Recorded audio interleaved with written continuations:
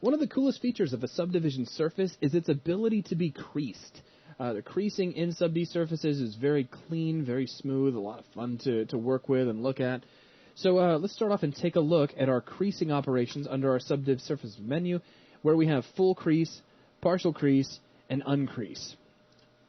I'll begin by creating a polygon cube that I'll convert over to a subdivision surface with Alt-tilde, and we'll switch over to standard mode. I'll press the 3 key, and let's grab edges around this surface. Now, let's go a level finer, and I'll crease these edges.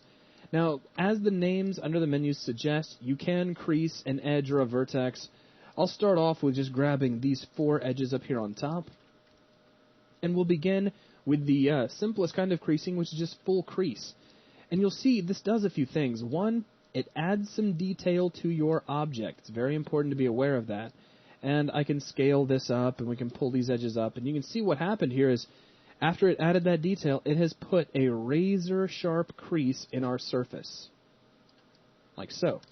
Now, we can come in here to the vertex level. Let's go a level finer. And just to illustrate, I could scale these vertices out a little bit, and you can put a full crease on a single vertex, like so. And here's what you end up with. Looks a little bit messy, actually, but, I mean, that's because I pulled them out so far. I mean, let's see, if we hit the render button, what do we get? Ooh, the exact same thing. So do watch out for that, but just to show that you can do it, if you need to make kind of a point on a surface, there you go. Now, the other type of creasing that we have access to, let me grab edges, and we'll go a level coarser, and I'll grab some edges down here on the bottom, is the partial crease, which is a lot less sharply defined. It won't give you a razor-sharp edge. And you can create that by, of course, just going down to partial crease. Very simple. This is going to create more detail than a full crease. And that extra detail is allowing for a nice clean transition over to your newly creased edge. And we can also, of course, do the same thing to vertices. So I'll scale these away from one another, and we can partial crease those as well. So it just creates a little more of a point there. Now, when you look at edges, you can tell that they are creased on your model because they will appear dashed.